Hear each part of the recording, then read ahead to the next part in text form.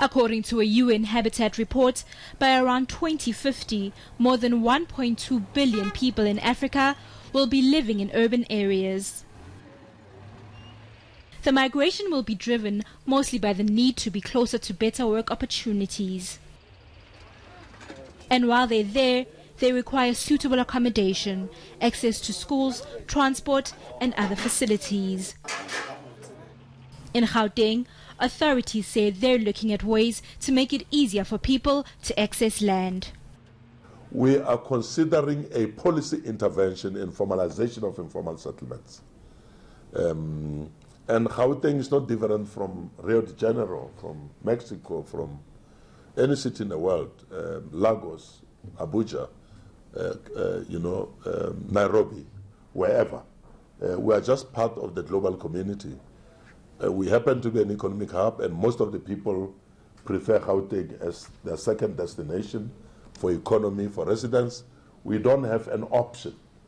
The global community says where there is proliferation of informal settlements, governments are obliged to work with that reality.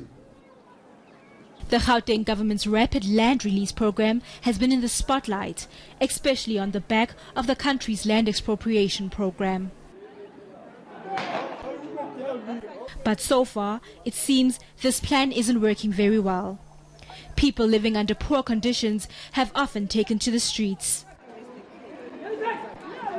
We are facing a drug problem, gangsterism problem, and government doesn't do anything. Our children can't get jobs. Now at the end they start stealing in the house and robbing people. You can't even walk like this when it's say 5 o'clock.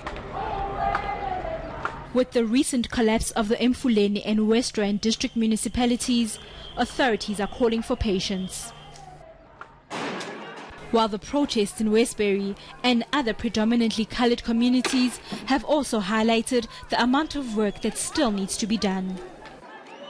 We are working with the so-called coloured communities in the western coloured townships, in Ennerdale, in Yestres, and El Dorado Park, to refurbish these flats and hand them over to the occupants. The problems that these flats are very old.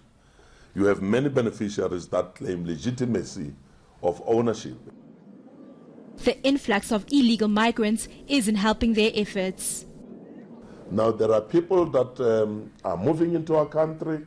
Some of them are not documented. They squat everywhere.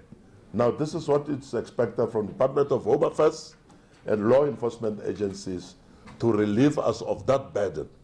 We welcome people that are documented in our country, because with those ones, we are looking at an option of rental housing so that they can contribute to the revenue and welfare of our country. The MEC says currently there are around 169,000 households that can't be issued with title deeds because the townships they reside in aren't registered.